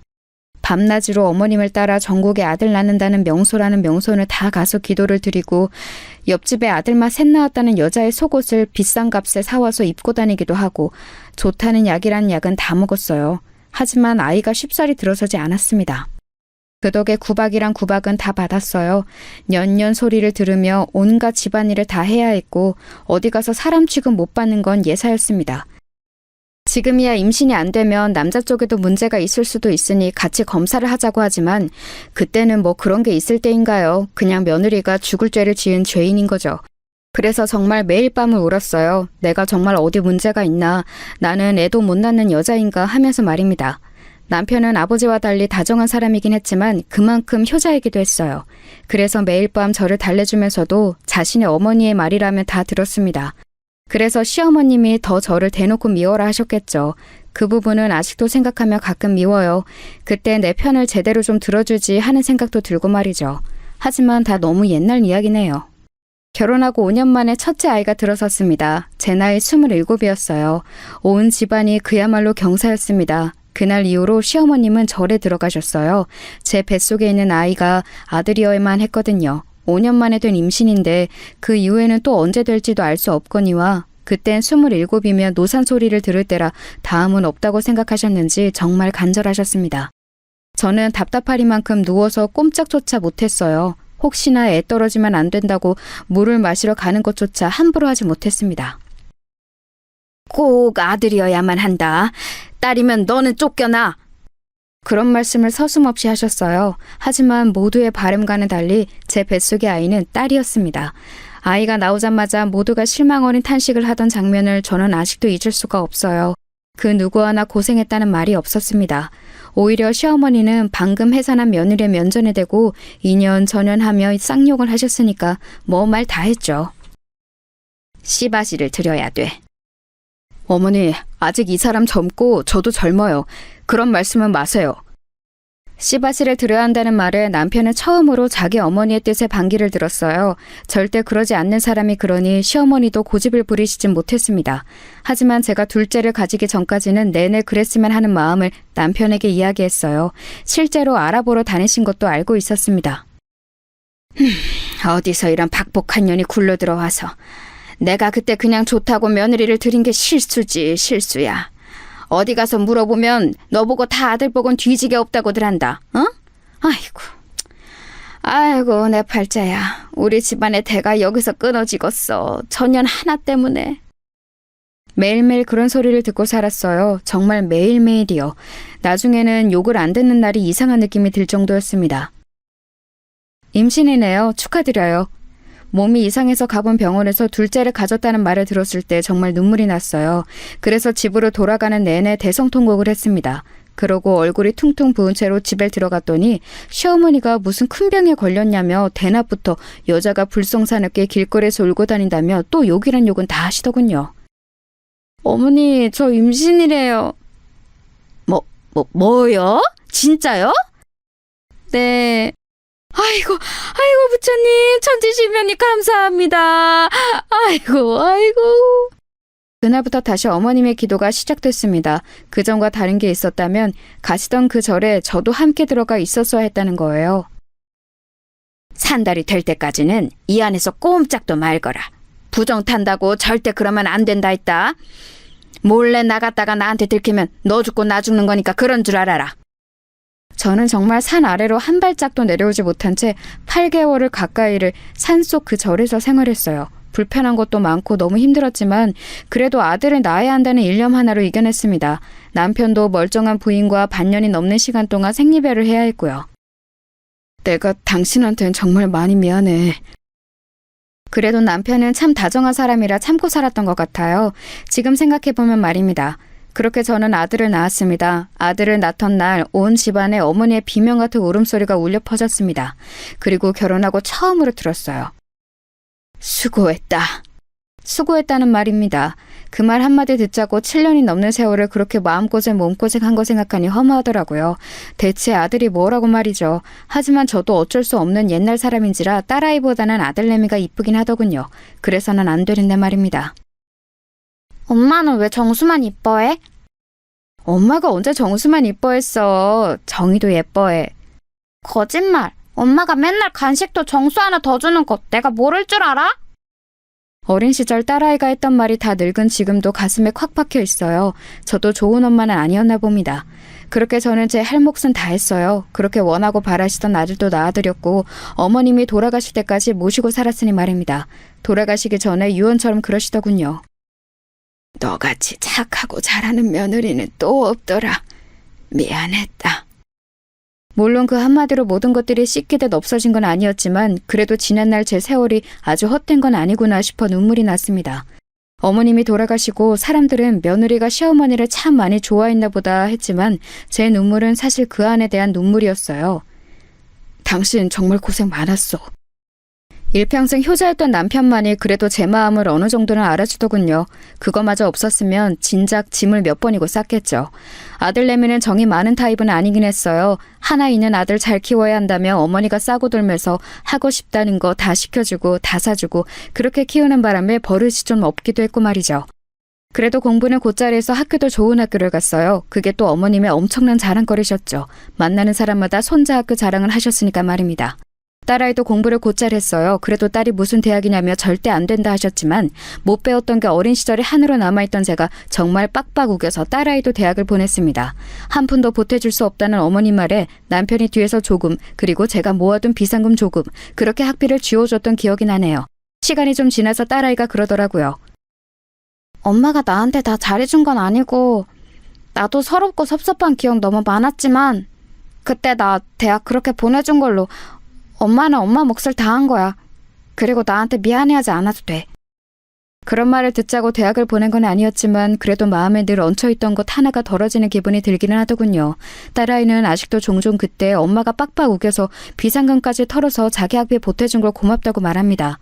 그게 벌써 몇십 년 전 이야기인데 말이죠. 아들과 딸내미 둘 다 좋은 대학을 나와서 좋은 회사에 취직을 했어요. 어머니가 그렇게 싸고 돌던 아들내미보다 딸내미가 더 잘 됐지만 말입니다. 집안에서 기집애가 제일 잘나면 머스마가 기가 죽어서 안 되는디. 끝까지 그런 말씀을 하셨지만 말이에요. 아들은 대기업에 입사해서 선을 받습니다. 그것도 사실 어머님이 다 주선하신 거였어요. 참하다는 손주 며느리감을 속에 소개를 받아 이루어낸 혼사였죠. 저도 딱히 불만은 없어요. 사람 좋아 보이던데요?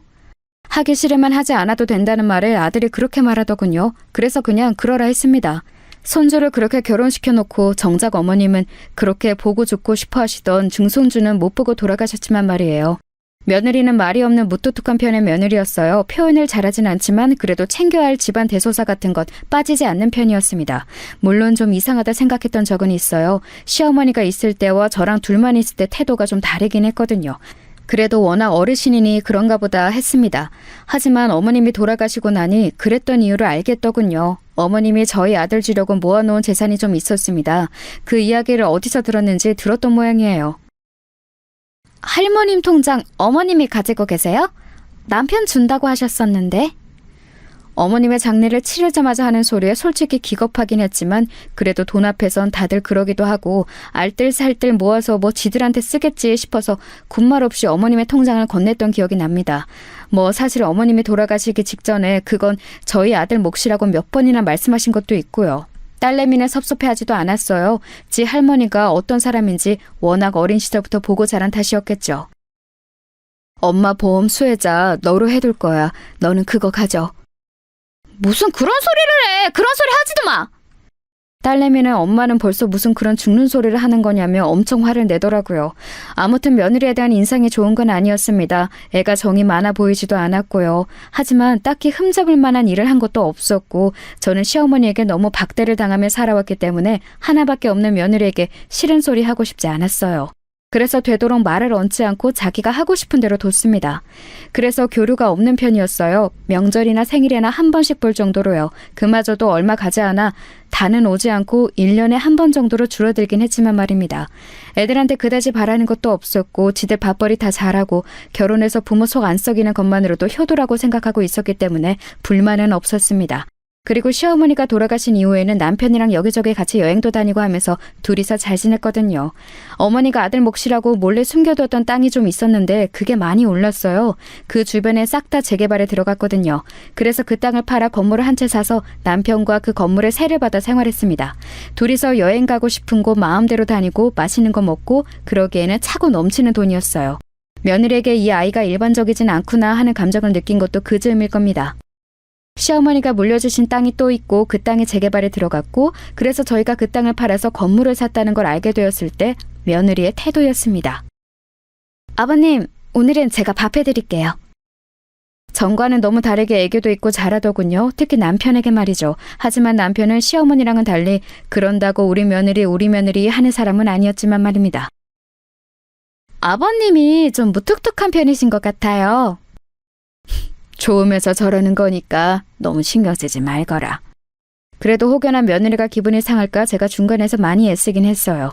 그렇게 평화롭다면 평화로운 날들이 지속될 줄 알았습니다. 그런데 불행은 그럴 때 갑자기 찾아오는 거더라고요. 암이라고 하는구먼. 너무 늦게 발견해서 수술도 의미가 없냐. 여태 건강검진 한번 제대로 받지 않고 자신만만하게 살아온 벌이었을까요? 제가 닥달해서 한 건강검진에서 남편은 암이라는 진단을 받은 겁니다. 노인들은 진행이 느려서 그래도 몇 년은 살 수 있다고 하더만 그 사이에 우리도 열심히 놀려 다녀야겠어. 아유, 무슨 소리예요. 입원해서 수술하고 치료를 받아야지. 어차피 다 늙은 노인네 얼마 더 살자고 그 병원에서 누워있기만 해서 뭐하나. 그냥 하고 싶은 거 하고 먹고 싶은 거 먹으면서 살 만큼 살다가 가면 되는 거지. 남편은 끝까지 고집을 꺾지 않았습니다. 그래서 결국 제가 졌어요. 남편은 그동안 모든 재산을 제 앞으로 해뒀어요. 그 사실을 알게 된 며느리가 미리 상속을 하면 좋지 않을까요? 하고 넌지시 물었지만 남편은 완강했습니다. 내가 젊어서 네 시어머니한테 못한 게 너무 많다. 내 거 다 주고 나중에 자기 죽을 때 이거 다 마음대로 알아서 하라고 할 거요. 자식들한테 한 푼도 안 준다고 해도 그것은 네 시험의 뜻이고 다 준다고 해도 네 시험의 뜻이고 나는 그렇게 결정했으니까 그 이야기는 다시 하지 말거라. 남편이 노골적으로 불편한 기색을 비췄기 때문에 며느리도 한 발 물러설 수밖에 없었어요. 남편의 뜻에 따라 그냥 하고 싶다는 거, 먹고 싶다는 거 다 하고 다 먹으면서 그렇게 보냈습니다. 자기가 걸을 수 없게 될 때까지 말이죠. 그리고 더 이상 그럴 수 없게 될 만큼 병이 약화되었을 때 병원에 누워서 그러더군요. 당신 병간호 하게 하고 싶지 않아서 항상 당신보다 하루 더 늦게 죽게 해달라고 그렇게 빌었었는데 결국은 당신 또 고생시키다 가는구먼. 나는 평생 당신한테 좋은 남편은 될 수가 없나벼. 어머니 때문에 미웠던 적은 많았어도 당신이랑 결혼한 걸 후회한 적은 없었으니까 안 미안해도 돼요. 그 말에 남편이 울더라고요. 그 말을 한 지 얼마 되지 않아 남편은 세상을 떴습니다. 남편이 세상을 떠난 날 정말 많이 울었어요. 아직도 다 늙어서 이렇게 눈물이 나는구나 싶을 만큼 많이 울었습니다. 하나밖에 없는 남편이자 또 친구가 떠난 느낌이었어요. 늘 옆에 공기처럼 있던 사람이 없어지니까 정말 한 번의 체감이 확 되더라고요. 남편이 없는 빈자리가 말입니다. 그래서 한동안은 우울증 같은 게 왔었어요. 엄마, 좀 먹어. 아빠도 엄마 이러는 거 원하지 않으실 거야. 딸이 이틀에 한 번꼴로 집에 와서 저를 챙겼습니다. 그때 딸아이 아니었으면 견뎌내기 힘들었을 거예요. 물론 며느리도 평소보단 훨씬 더 얼굴을 비추긴 했습니다. 어느 정도 시간이 지나고 남편의 빈자리도 또 혼자라는 사실도 적응이 되어갈 무렵 남편이 쓴 일기를 읽게 되었어요. 그 일기에는 저에게 얼마나 미안한 마음을 가지고 있는지에 대한 내용과 자기가 떠나고 나서도 제가 호강했으면 하는 마음이 가득 담겨 있었습니다. 그래서 남편의 뜻에 따라 살기로 했어요. 맛있는 것도 많이 먹고 친구들이랑 여행도 다니고 그러면서 지냈습니다. 그러다 문득 친구들이 그러더군요. 그 많은 재산 다 어쩌고 죽을 거요? 그냥 나 죽으면 알아서들 나눠 갖는 거 아니요? 아우, 안 돼. 그러면 싸움 나. 쥐들이 더 가져가겠다고. 미리미리 어느 정도 주겠다 다 정해놔야 된다니까. 아, 그러고 죽기 전엔 절대 주면 안 되고. 그냥 미리미리 줄 만큼 다 주고 나 쓸 것만 남겨두면 안 되나? 아우, 큰일 날 소리 하네. 그러면 태도가 싹 바뀐다니까. 죽기 전엔 정말 한 푼도 주면 안 돼. 처음에는 뭘 그렇게 유난을 떨어야 하나 싶었지만 며느리의 여태 동안의 그 태도들이 마음에 걸려 있었던지라 그 말이 더 마음에 와닿았습니다. 친구들의 조언대로 변호사를 만나 딱 3등분으로 나눠줄 생각이었어요. 딸내, 아들내, 그리고 나머지는 기부로 하는 걸로 말입니다. 예전부터 좋은 일을 늘 하고 싶었는데 기회가 없었거든요. 뉴스 같은 곳에서 전 재산을 기부했다는 사람들을 보면서 대단하다고 생각했던 적도 많았습니다. 물론 저는 전 재산을 기부하는 건 아니라 아이들에게도 줄 생각이긴 했지만 말입니다. 어머님, 변호사 만나셨어요? 그런데 며느리가 제가 말하지도 않았는데 제가 변호사를 만난 걸 어디서 듣고 와서 묻더라고요. 그걸 어떻게 알았니? 저희 동네에 있는 사무실에 가셨죠? 저희 동네에 제가 아는 사람이 많아서 만났다. 재산 문제로 만나신 거예요? 답지 않게 정말 꼬치꼬치 묻더군요. 며느리가 재산에 대해 관심이 많은 건 알고 있었던지라 그냥 별 문제가 될 것 같지는 않아서 다 대답했습니다. 주변에서 죽기 전에 미리 나눠야 한다고 해서 아직은 그냥 만나보기만 한 거야. 아직 유언장을 쓴 건 아니었거든요. 변호사 말로는 정확하게 재산 파악을 해서 뭐는 누구에게 그런 걸 정확히 써야 한다고 하더라고요. 그래서 시간이 좀 걸린다고요. 어떻게 하실 건데요? 지들이 받을 재산인데 궁금할 것도 같다 생각하며 그냥 이야기했어요. 3등분해서 큰애, 니네, 그리고 나머지는 기부할 거다. 제 그 말에 며느리 눈이 동그래지더군요. 기부를 하신다고요? 아니 그 전에 형님이랑 저희랑 똑같이 주신다고요? 그래, 뭐가 문제냐? 너네는 어머니가 주신 돈도 따로 받아간 게 있지 않니? 그것도 적은 돈이 아닌데. 아니, 아무리 그래도 아들이잖아요. 요즘 세상에 그런 게 어딨어. 그리고 기부는 무슨 말씀이세요? 예전부터 뉴스 같은 거 보면서 전 재산 기부했다는 할매, 할배들 멋지다고 생각했다. 그래서 나도 전 재산은 아니지만 기부하기로 한 거요. 아니, 그 큰 돈이니까 더 해야지. 그리고 너네가 가져가는 돈도 큰 돈인데 뭐가 그렇게 아깝니? 아니, 아까운 게 아니라 굳이 그래야 하나 싶은 거죠. 자식들 몫까지 나눠서. 여기에 너희 몫이 정해진 게 어딨어. 그냥 운이 좋아서 땅이 오른 덕에 생긴 돈인데. 며느리가 꽁한 얼굴로 입을 꾹 다물더군요. 상당히 불만이 많은 얼굴이었지만 더 말을 꺼냈다간 이마저도 제가 안 준다고 할까봐 참는 게 느껴졌습니다. 그날 이후로 며느리는 거의 매일을 저희 집에 찾아왔어요. 그리고는 집안일을 하고 제 옆에 딱 붙어서 하루 종일 저를 설득했습니다. 어머님, 다시 한번 생각해보세요. 저희가 다 달라는 거 아니라니까요? 애비도 그렇게 많이 기부하냐고 어머니께 다시 말해보라고 했고. 나는 이미 마음 다 정했다니까 그런다. 유언장 그렇게 쓸 마음은 안 바뀌니까 너도 그만 포기해. 그리고 이렇게 매일 오는 것도 하지 말거라. 그렇게 해도 제 마음이 바뀔 것 같지 않으니 한동안은 그만하는 것 같더라고요. 제가 생전 며느리 흉을 다른 사람에게 본 적이 없는데 요즘 며느리는 너무 노골적으로 돈돈거리는 것 같아서 딸아이에게도 말한 적이 있었습니다. 엄마, 절대 유산상속 미리 해주지 마. 싸가지가 없어. 평소에는 자주 오지도 않으면서. 그래도 애 앞에서는 그런 소리 하지 마라. 안 해요. 나도 괜히 분란 만드는 거 싫어. 그냥 엄마랑 이렇게 뒤에서 욕하고 마는 거지. 딸내미도 지아빠 닮아서 여기저기 입대는 스타일이 아니라 그런지 그냥 그러고 말긴 했지만 말입니다. 그러던 어느 날이었어요. 꿈에 남편이 나왔습니다.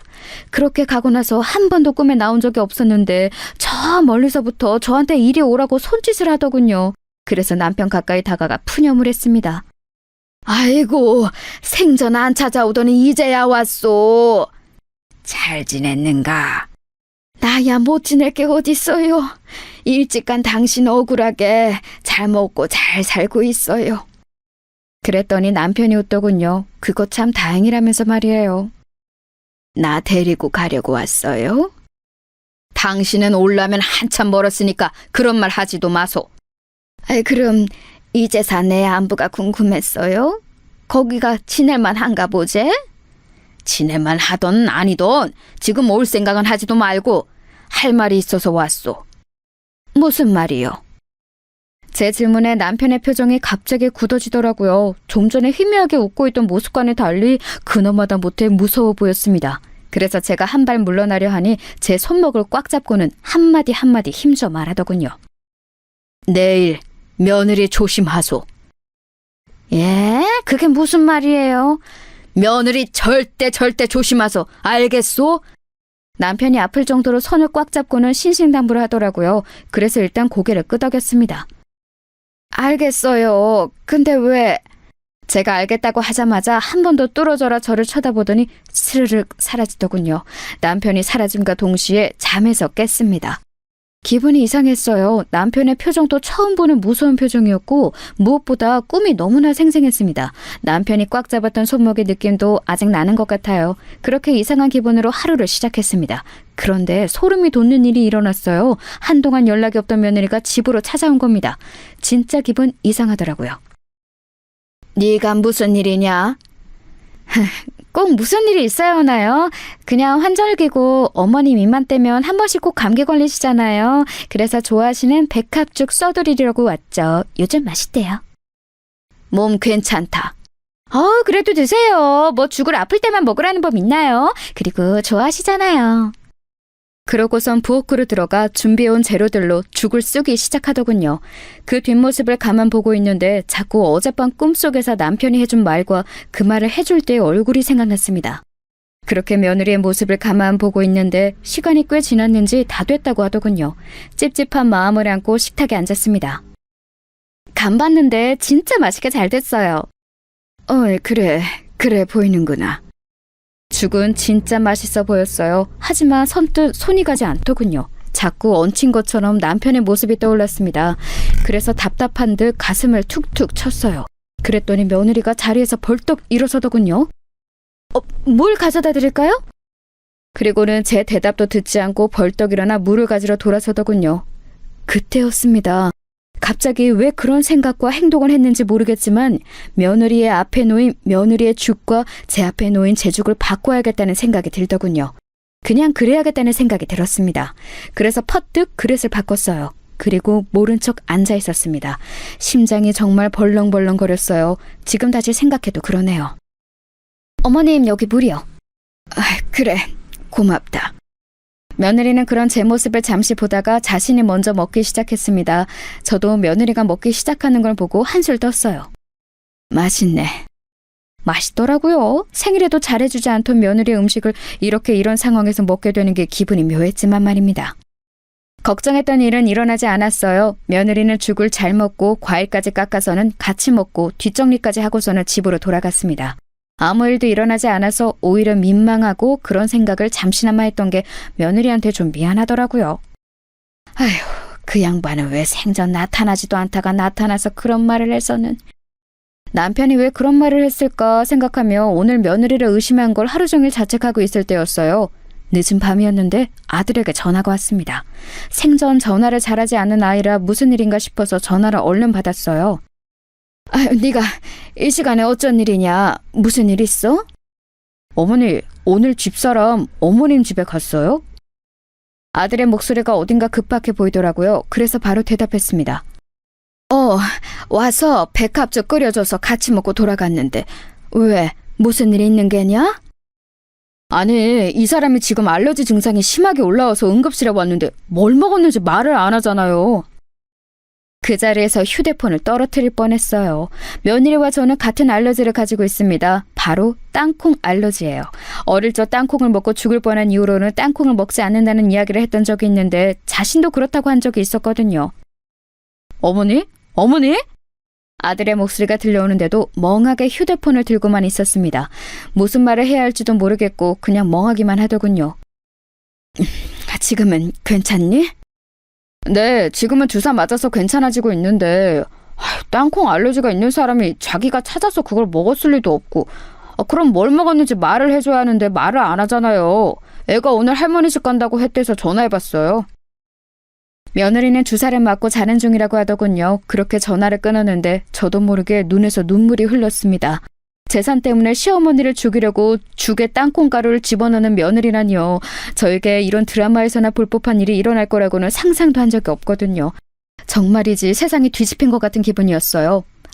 죽다 살아났으니 그게 맞긴 한 거겠죠. 아이고, 애들 아버지. 손을 덜덜덜 떨며 어제 꿈에 나타난 남편을 부르짖었어요. 그렇게 그날은 충격으로 밤을 지새우다시피 했습니다.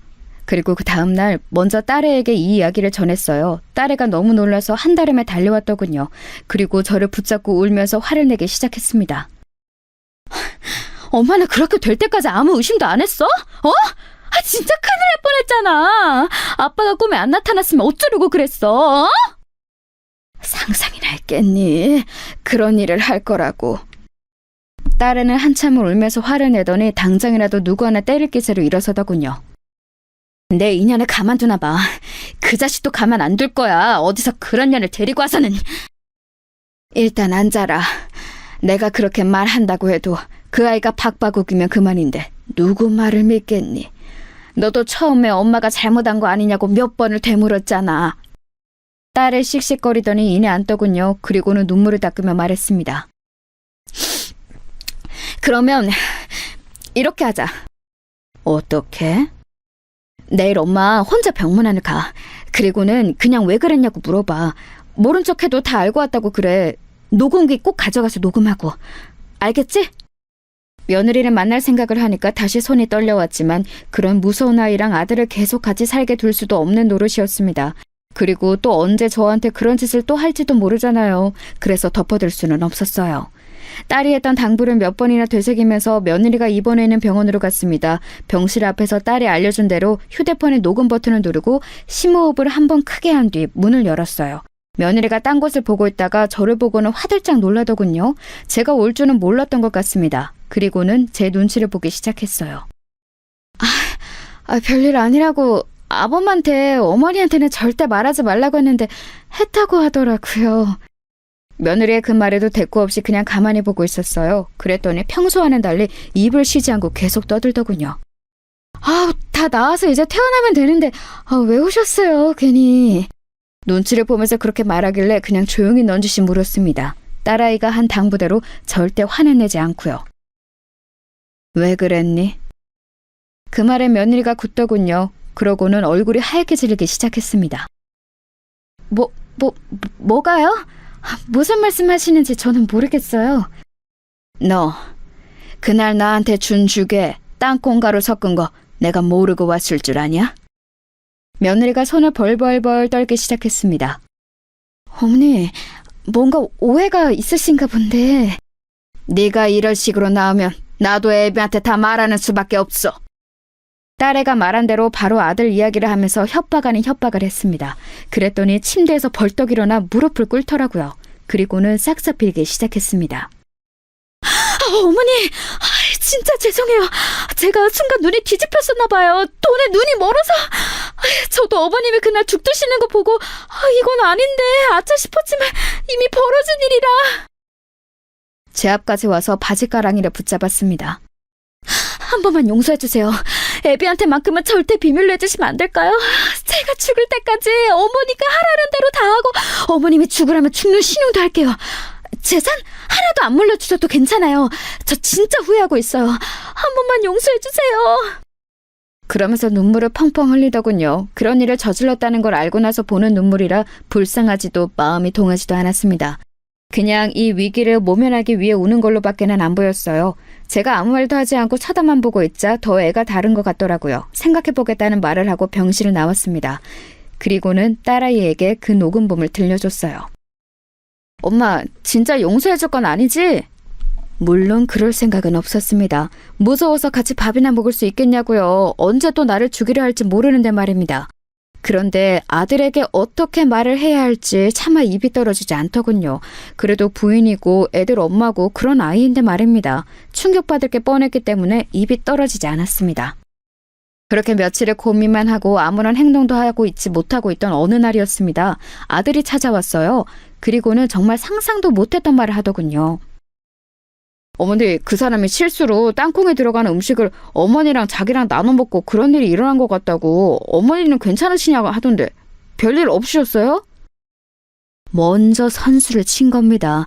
제가 며칠째 조용하니 불안했던 건지 아니면 다 말할까봐 겁이 났던 건지 아들에게 거짓말로 그렇게 이야기를 한 것 같더라고요. 정말 기가 막혔습니다. 걔가 그러디?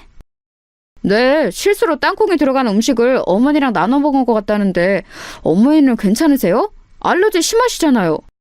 그때 누군가 집으로 또 찾아왔습니다.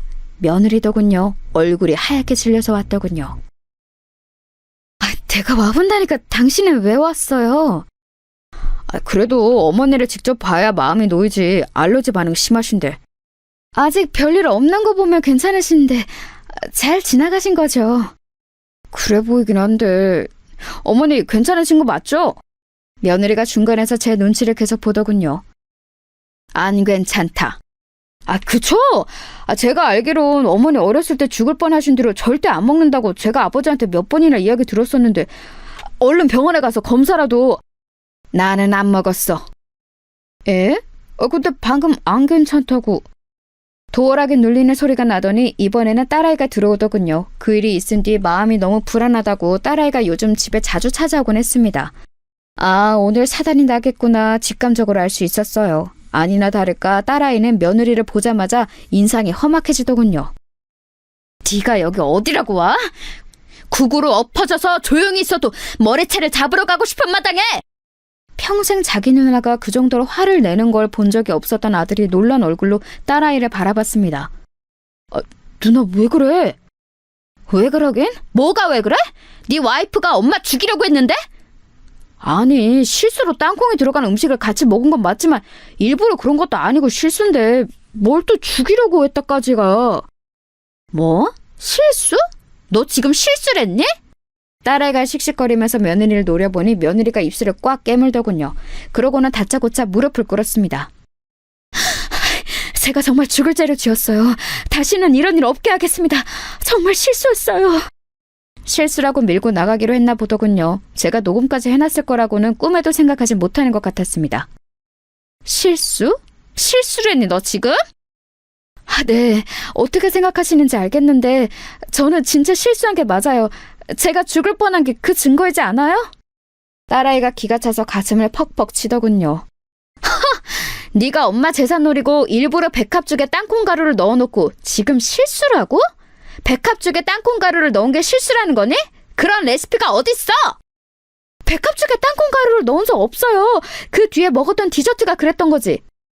나는 디저트를 먹은 적이 없는데? 제 말에 며느리가 잠시 움찔하더군요.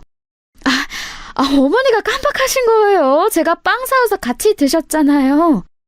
아니, 나는 아무리 생각해도 그날 너랑 먹은 거 백합죽이나 사과밖에 없다. 가만 듣고 있던 아들이 말을 보태기 시작했습니다. 백합죽에 이 사람이 땅콩가루를 왜 넣어? 누나도 너무 억측하지 마. 사람을 어떻게 그런 식으로 보고 말해. 네가 사람 보는 눈이 없으니까 저런 애는 마누랍시고 데리고 사는 거야. 지금 말 다 했어? 생사람 이렇게 말도 안 되는 소리 하면서 잡는 누나는 인성이 뭐 좋은 사람이야? 생사람? 생사람? 엄마가 그날 아빠가 꿈에 나타나서 며느리 조심하라고 안 했으면 그 말이 떠올라서 제 죽그릇이나 엄마 죽그릇 안 바꿨으면 그날 그거 먹고 쓰러진 사람은 엄마가 됐을 거야. 엄마는 집에 혼자 있으니까 아무도 발견해주는 사람 없이 그냥 돌아가셨겠지. 근데 뭐? 억측? 생사람? 그거 다 그냥 추측이잖아. 그리고 이 사람도 크게 아팠으니까 기억이 뭔가 잘못됐을 수도 있는 거고. 정말 너무들 하시네요. 며느리가 울기 시작하더군요. 그 모습을 보니 더 이상은 참아줄 수가 없었습니다. 그래서 방으로 들어가 휴대폰을 들고 나왔어요. 그리고는 그날 했던 대화의 녹음을 틀었습니다. 그 안에는 며느리가 제게 싹싹 빌면서 아들에게만은 비밀로 해달라는 음성이 다 녹음되어 있었어요. 그걸 듣는 며느리 얼굴이 하얗게 질려갔고 아들 또한 마찬가지였습니다. 당신 이거 뭐야? 진짜야? 여보, 그게 아니고... 며느리가 아들의 팔을 붙잡았지만 아들은 그런 며느리를 소름 끼친다는 듯 밀어버렸어요. 며느리가 바닥에 엎어져서는 울기 시작했습니다. 어머니 죄송합니다. 누나 미안해. 일단 나도 생각할 시간이 좀 필요해서. 그리고는 정말 충격받았는지 비틀거리며 집 밖을 나서더군요. 그 뒤를 며느리가 따랐습니다. 한바탕 난리가 나고 난 뒤 딸아이는 차라리 잘 됐다며 시원하다 했지만 아들의 그 충격받은 얼굴이 머릿속을 떠나지 않더군요. 정말 많이 놀란 것 같았거든요. 그 다음 날도 며느리는 집 앞을 찾아와서 울며 불며 빌었습니다. 한 번만 용서해달라고 말이죠. 딸아이가 그 모습을 보고 아들에게 전화를 한 뒤 며느리는 한동안 나타나지 않았어요. 그리고 얼마 뒤 아들을 통해 소식을 들을 수 있었습니다. 이혼하기로 했어요. 양육권은 제가 전부 갖고 그냥 원룸 보증금 정도만 주기로 하고요. 마음 같아서는 경찰에 바로 신고를 하고 싶고 그래야 하는 게 맞는 거지만 애들 엄마잖아요. 애들 생각해서라도 한 번만 용서해 주세요. 정말 죄송합니다, 어머니. 딸아이는 그럴 수 없다고 난리를 쳤지만 손주들이 엄마가 살인미수범이라는 사실을 알게 되고 또 그게 세상 밖으로 퍼지게 되었을 때 받을 충격이 걱정되는 건 저도 마찬가지였습니다. 그래서 아들의 뜻에 따르기로 했어요. 그 이후로 몇 년 동안 며느리를 볼 수 없었습니다. 소식도 들리지 않았어요. 뭐 죽은 듯이 사느라 그런 거겠지 했습니다. 하지만 알고 봤더니 이름도 바꾸고 성형수술로 얼굴도 다 바꿔서 다른 남자와 결혼했다더군요. 그것도 처녀라고 속이고 말이죠. 그러나 곧 그 집에서도 돈돈거리다가 쫓겨났다고 들었습니다. 그 아이는 언젠가 사고를 한번 크게 칠 것 같은 느낌이 아직도 듭니다. 그래서 가끔 그때 제대로 처벌을 받게 했었어야 했나 싶은 생각도 들었어요. 어디선가 저 같은 피해자가 또 생길지도 모르고 그때는 미수가 아니라 진짜로 실행될 수도 있는 일이었으니까요. 다시 한번 며느리의 소식을 들은 건 아들의 재혼식장에서였어요. 아니, 소식을 들었다기보다 제 눈으로 봤죠. 그 아이를 말입니다. 식장에 찾아왔더군요. 얼굴이 바뀌어 있었지만 저는 한눈에 알아볼 수 있었습니다. 그 사람이 가진 분위기라는 건 쉽게 바뀌지 않더라고요. 저와 눈이 마주치자 잠시 놀라는 것 같더니 다가오더군요. 놀라 도망갈 줄 알았는데 의외였습니다. 잘 지내셨어요? 못 지낼 건 또 뭐니? 그래 보이시네요. 새 며느리 봐서 좋으시겠어요. 그래, 너와 달리 참하고 좋은 아이라서 좋다. 애들이 새엄마 밑에서 자라는 게 좋은 건 아닌데요. 너 같은 엄마 밑에서 자라는 것보단 낫지 않겠니? 제가 저조차고 그런 거였겠어요? 그게 다 당신 아들이랑 손주 더 좋은 환경에서 살게 하려고 그런 거잖아. 그때 곱게 죽었으면 내가 이렇게 될 일도 없었잖아. 아니, 그 전에 재산을 제대로 줬으면 이런 일이 없었을 거 아니야! 말도 안 되는 소리로 아글아글 쓰더라고요. 기가 빠져서 멍하게 쳐다보고 있는데 그 모습을 보고 아들이 다가와 며느리를 끌고 나갔습니다. 나중에 듣기로는 한 번만 더 나타나면 그날 그 녹음본을 가지고 바로 경찰서로 간다고 했다더군요. 그 이후로는 며느리의 소식은 더 이상 들을 수 없었습니다. 본인도 겁이 난다면 더 이상 저희 앞에는 나타나지 않겠죠. 속 시원하게 마무리된 것 같지는 않지만 손주들을 생각해서 어쩔 수 없는 선택이긴 했어요. 물론 가끔 후회는 하지만 말입니다. 아직도 그때 한 선택이 잘한 건가 하는 고민은 되지만 말이에요. 긴 이야기 들어주셔서 감사합니다. 아, 지금 며느리는 저에게도 아들에게도 또 손주들에게도 더없이 잘해요. 하지만 그래도 재산은 미리 물려주지 않으려고요. 저도 얻은 교훈이 너무 많거든요.